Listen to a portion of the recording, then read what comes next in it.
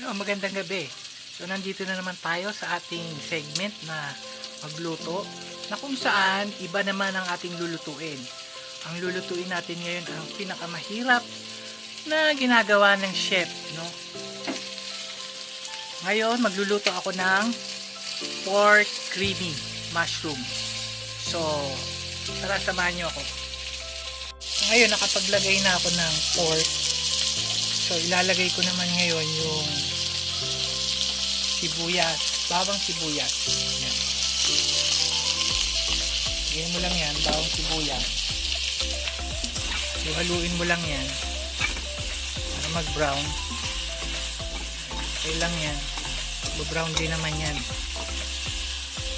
So mamaya ilalagay ako ng another recado dyan. So ayan, nalagay ko na yung mushroom pala.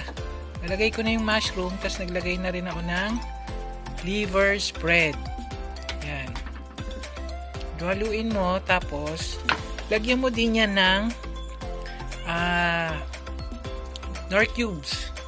So dahil pork siya, lagyan mo siya ng pork.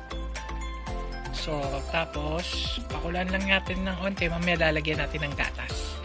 So ngayon naman maglalagay tayo ng isang basong gatas. Yan.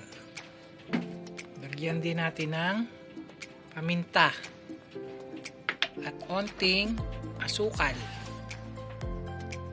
Okay. So, hinaan lang natin ang apoy.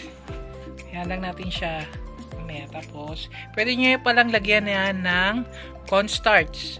Kung gusto nyo medyo malapot-lapot. So, sa akin, okay na yan. Salamat. Mamaya titignan natin yan kung okay na yung lasa niya. Ito na yung niluto ko na pork creamy mushroom. So, titikman na natin. Yan. Masarap. Sarap na niluto ko. Parang nasa Jollibee ako. Yun lang. Kailangan nyo lang to. Pwede itong chicken, pwede itong pork. Salamat!